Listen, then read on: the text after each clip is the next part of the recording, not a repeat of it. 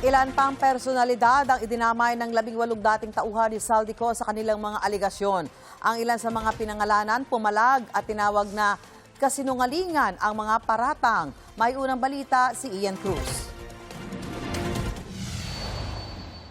Naging press conference ang ginawang pagharap sa Mandaluyong ni dating Congressman Mike Defensor at ang nagpakilalang 18 dating bodyguard ni dating Congressman Zaldico.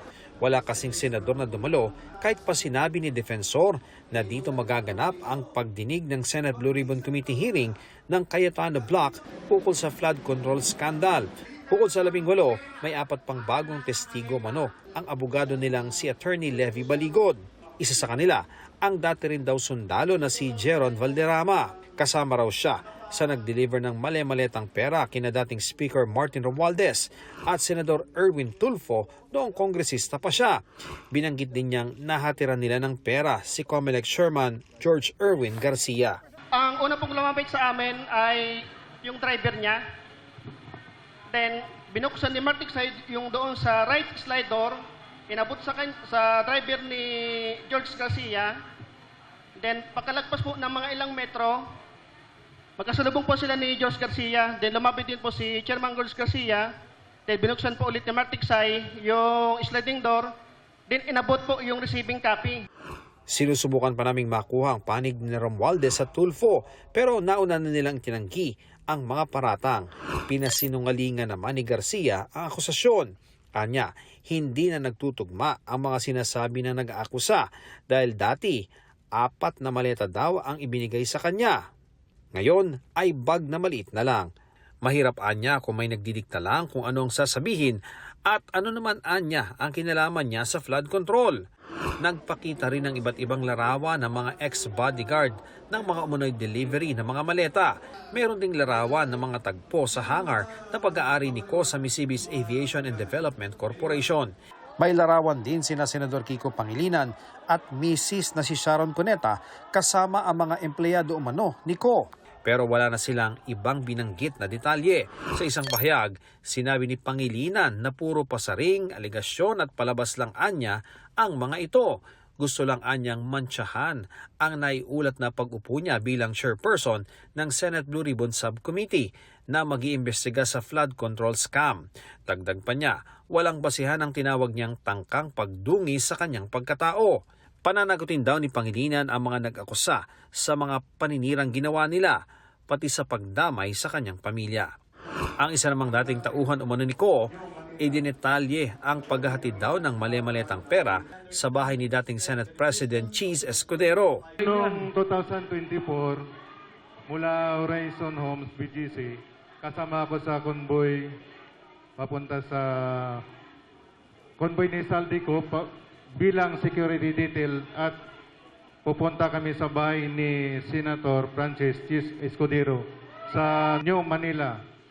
Naghatid kami ng 4 na malita na may iba-ibang sukat. Dating nasa Cayetano Block si Escudero pero nakiisa sa pagluklok sa grupo ni Senador Win Gatchalian. Sinisika pa naming makuha ang panig ni Escudero. May larawan din si dating PNP Chief at ngayong MMDA General Manager Nicolas Torre III kasama ang mga witness. Ayon sa kanila, panahon ito noong hinihikayat sila na kontrahin ang naging pahayag ni Orly Guteza sa Senate Blue Ribbon Committee noong 2025. Wala pang tugon sa amin si Torre kaugnay sa akusasyon. Ilang media personality rin ang binanggit ng ilan sa kanila na dinadalhan umano ng perang naka-paper bag sa utos ni Co. Pero wala ulit silang ibinigay na detalye at wala ring ipinakitang ebidensya. Na-assign po ako sa isang PR na taga-media na si Bernard Peralta. Doon ko po nakita yung mga nabibigyan po ng mga paper bag na mga anchor na mga taga-media.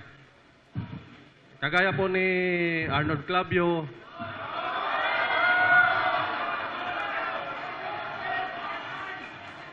at doon lang po muna at sa affidavit ko na lang po yung ibang... Tinawag na kasinungalingan ni Arnold Clavio ang bintang na anyay nakakatawa at nakakalungkot. Haharapin daw niya ito ng walang takot at hinamon ang nagbintang na maglabas ng ebidensya. Hindi raw siya natatakot at wala raw siyang itinatago. Sa korte na lang daw sila magkita at doon daw nila ulitin ang kanilang mga anyay walang kakwenta-kwentang bintang. Ayon naman sa GMA Network, sineseryoso nito ang mga bagay na may kinalaman sa integridad ng mga mamamahayag nito. Susuriin ng network ang usapin. Nananatili rin ang paninindigan ng GMA Network sa responsableng pamamahayag. Nanawagan din ito sa publiko na huwag gumawa ng mga konklusyon base sa mga hindi beripikadong impormasyon. Idinawit din ng mga umunay dating bodyguard ni Ko ang kolumnistang Simon Tulfo. Pero tinawanan lang ni Tulfo ang aligasyon. Paano raw magkakasya ang limpak-limpak na salapi sa isang supot? Ito ang unang balita. Ian Cruz, GMA News. Sa isang social media post, tinawag na sinungaling ni Sharon Cuneta ang mga nagpalabas ng larawan nila ng asawang si Senador Kiko Pangilinan sa press conference ng mga nagpakilalang dating bodyguards ni Saldico.